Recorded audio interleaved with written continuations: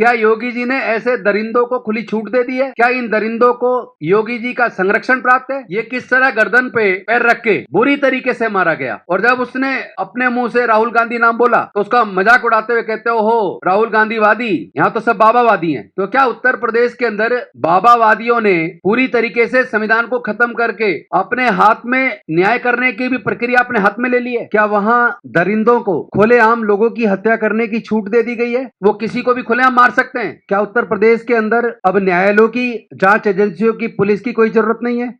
बात बात पर बुलडोजर चलाने वाले योगी जी वो सुप्रीम कोर्ट के चीफ जस्टिस के द्वारा डायरेक्शन देने के बाद भी उसको भी नहीं मानते। आपने देखा होगा, एक तरफ सुप्रीम कोर्ट के चीफ जस्टिस डायरेक्शन दे रहे हैं और कह रहे हैं आप पे कंटेम्प्ट ऑफ कोर्ट होगी, आप इस तरह नहीं कर सकते, किसी पे इस तरह बुलडोजर नहीं चला सकते। लेकिन आपने पिछले दिनों देखा, जिस दिन स्टेटमेंट आई उसी दिन बुलडोजर चला। क्या उत्तर प्रदेश की सरकार कानून व्यवस्था में पूरी तरह विफल हो गई है और योगी जी को जिम्मेदारी लेते हुए इस्तीफा देना चाहिए?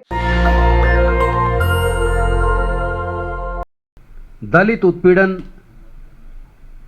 बहुत तेजी से उत्तर प्रदेश के अंदर बढ़ा है। कोई मेरा बनाया हुआ डाटा नहीं है। आपने ये वीडियो देखा होगा, जैसे ही उसको बुरी तरह चारों तरफ से लोग पीट रहे हैं हमलावर, तो वो व्यक्ति राहुल गांधी जी का नाम लेता है,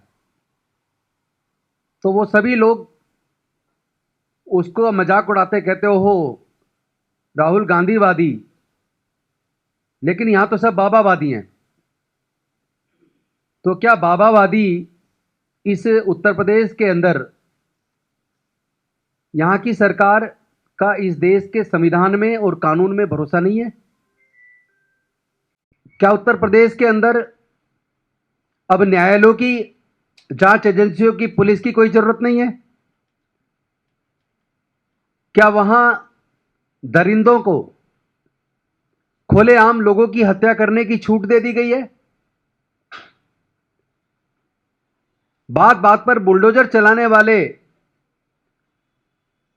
योगी जी वो सुप्रीम कोर्ट के चीफ जस्टिस के द्वारा डायरेक्शन देने के बाद भी उसको भी नहीं मानते।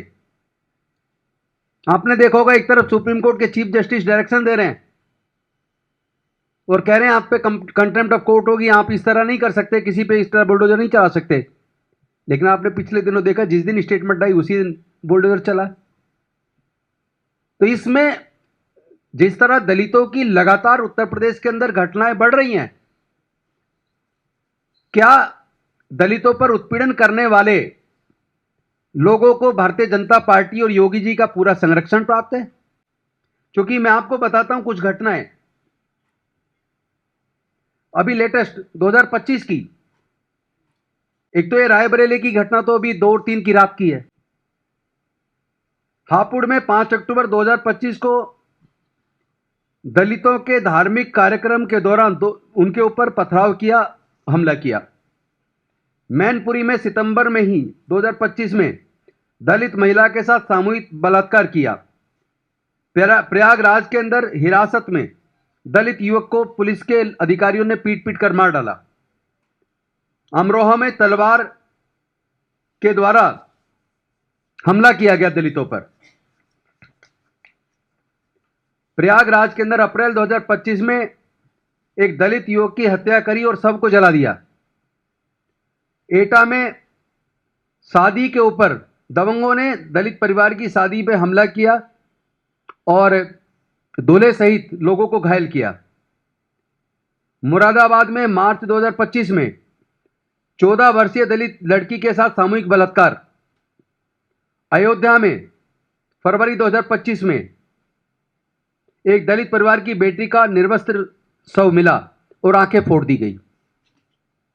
मेरठ में दलित बारात पर हमला मार्च 2025 में।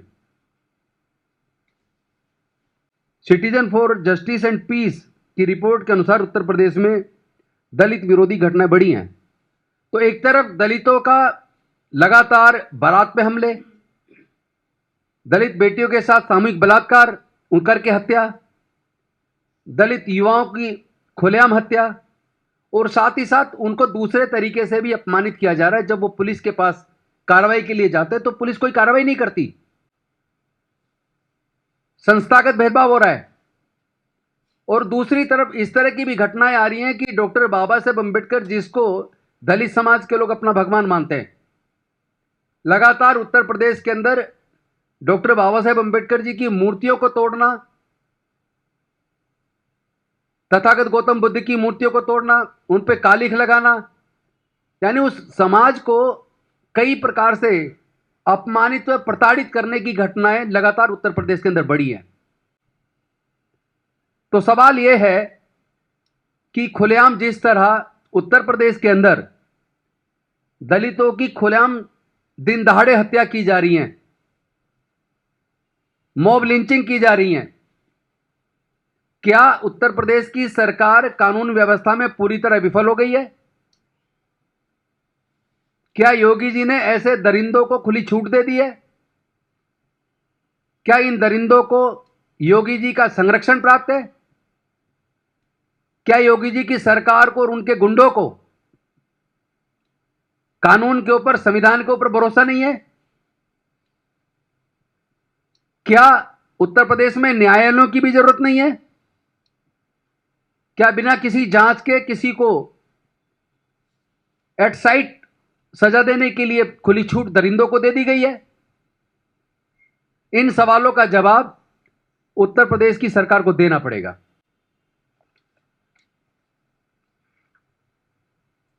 एनसीआरबी का जो डाटा 2023 का है, क्योंकि उसके बाद का कोई डाटा अभी तक इन्होंने रिलीज नहीं होने दिया, वो डाटा बताता है टोटल एट्रोसिटी के 57,789 केस 2023 में रिपोर्ट हुए। उनमें से अकेले उत्तर प्रदेश के अंदर 15,130 यानी कि 26.2% केस रजिस्टर्ड हुए। और आप देखेंगे rate of crime against SC पर लाख, यानी प्रति 1 लाख पर 28.7 दलितों के साथ उत्पीड़न की घटनाएं हो रही हैं, और उसमें नेशनल एवरेज में भी उत्तर प्रदेश टॉप पर है। राजस्थान में 8,449, मध्य प्रदेश में 8,232, बिहार में 7,159।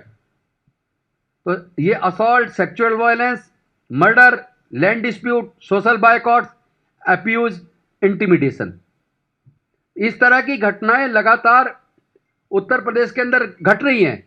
ये किस तरह गर्दन पे पैर रख के और इस हरिओम नामक एक दलित युवक को 2 और 3 की रात को रायबरेली के अंदर बुरी तरीके से मारा गया, और जब उसने अपने मुंह से राहुल गांधी नाम बोला तो उसका मजाक उड़ाते हुए कहते हो राहुल गांधी वादी, यहां तो सब बाबावादी हैं। तो क्या उत्तर प्रदेश के अंदर बाबावादियों ने पूरी तरीके से संविधान को खत्म करके अपने हाथ में न्याय करने की भी प्रक्रिया अपने हाथ में ले ली है? वो किसी को भी खुलेआम मार सकते हैं। इन सवालों का जवाब मैं समझता हूं उत्तर प्रदेश की सरकार को तुरंत देना चाहिए, और योगी जी को जिम्मेदारी लेते हुए इस्तीफा देना चाहिए।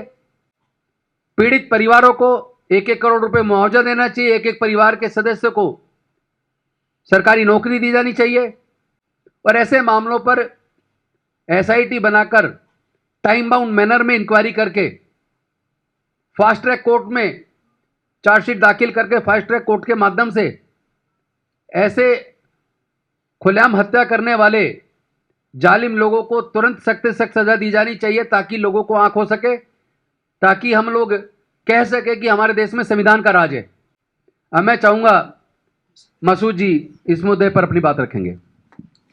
नेशनल दस्तक की आपसे गुजारिश है कि अगर इसको बचाना चाहते हैं तो नेशनल दस्तक को सब्सक्राइब करने के लिए रेड कलर के सब्सक्राइब बटन को दबाएं, फिर बेल आइकन की घंटी दबाएं।